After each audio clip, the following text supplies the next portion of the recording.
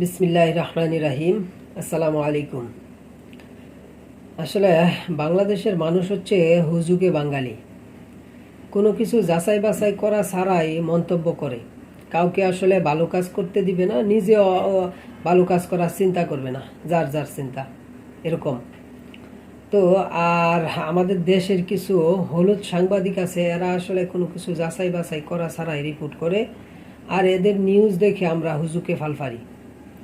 এজন্য আসলে মেধা দিয়ে যাচাই করতে হবে, চিন্তা করতে হবে কোনটা ভালো কোনটা খারাপ। বর্তমান যে পরিস্থিতি, এই হলো অবস্থা আর কি। এখন আসলে মূল কথায় আসি। গত এক সপ্তাহ যাবৎ যে নিউজ, যে খবর সারা দেশেই আলোড়ন সৃষ্টি করছে, এটা মোটামুটি সবাই জানে। দেশের মিল্টন সমাদ্দার, তার উপরে যে অভিযোগ আনা হয়েছে যে এরকম সে তার বৃদ্ধাশ্রমের মানুষের কিডনি বিক্রি করে। এটা কি আসলে আদৌ সম্ভব কিনা কিডনি বিক্রি করা? আর এটা তো এরকমও কোনো কিছু না যে এটা এটা আসলে কোনো সাধারণ কোনো অপারেশন না যে যে কোনো ডাক্তার করতে পারবে, এরকম কোনো কিছু না। যারা আসলে কিডনি সম্পর্কে অভিজ্ঞ, এদেরকে ছাড়া সম্ভব না। আর আসলে একটা বৃদ্ধাশ্রমে এরকম কিডনির অপারেশন করা, আমি যতদূর জানি এবং যতদূর জানার চেষ্টা করছি, মনে হয় সম্ভব না। আর আরেকটা বিষয়, এটা হচ্ছে এটা কোনো আসলে এরকম কিছু না যে টিউমার হয়েছে যে কোনো জায়গায় বসে বা যে কোনো ডাক্তার দিয়ে বা যে কোনো একজন সাধারণ মানুষ এটা আসলে কেটে বের করে ফেলবে, এরকম কোনো কিছু না। এই জন্য আসলে আমরা যারা এরকম নিউজ গত কয়েকদিন যাবৎ দেখতেছি, এটা আসলে একটা চিন্তার বিষয় এবং সবাই আসলে যাচাই বাছাই করা উচিত। আসলে এটা কি কোনো মিল্টন সমাদ্দারের উপর কোনো চক্রান্ত চলতেছে কিনা, এরকম কোনো কিছু হচ্ছে কিনা। আর আমি মিল্টন সমাদ্দারের এই নিউজটি দেখার পরে জানার চেষ্টা করছি আসলে কিডনি সম্পর্কে, কিডনি কিভাবে কি করা হয়। আসলে একটা কিডনি ট্রান্সপ্লান্ট করাতে যে প্রসিডিওরের মাধ্যমে যাইতে হয়, আসলে এগুলা একটা বৃদ্ধাশ্রমে থাকার কথা না।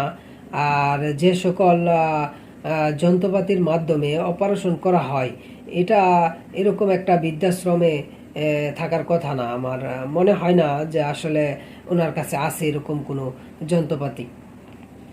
আর মিল্টন সমাদ্দারের বৃদ্ধাশ্রমে যারা আছে, আসলে এদের প্রায় প্রত্যেকেরই বয়স 50-এরও বেশি।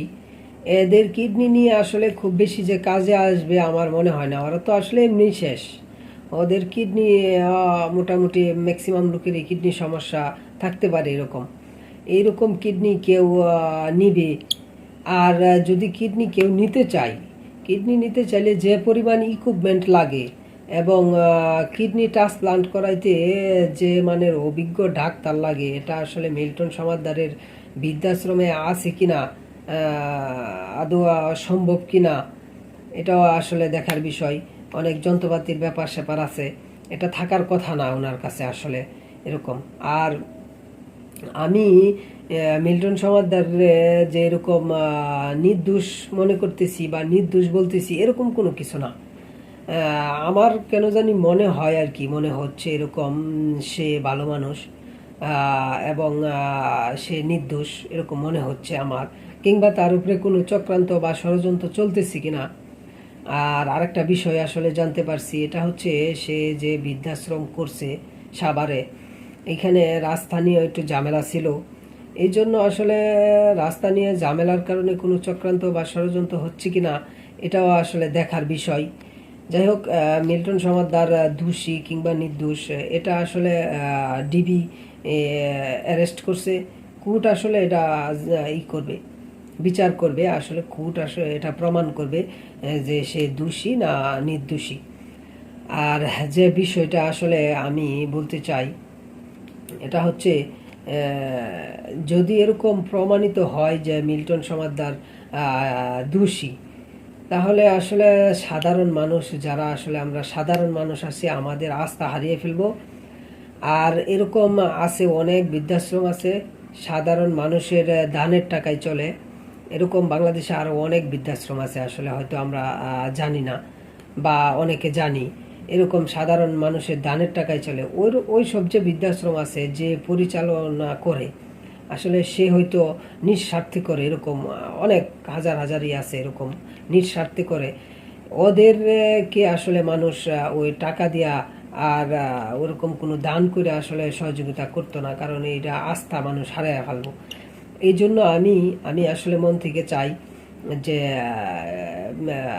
মিল্টন সমাদ্দার নির্দোষ প্রমাণিত হয়ে সসম্মানে ফিরে আসুক। আর যদি আসলে সে দোষী হয়ে থাকে, অবশ্যই তাকে শাস্তির আওতায় আনা হোক এবং তার বিচার করা হোক, যদি আসলে সে দোষী হয়ে থাকে।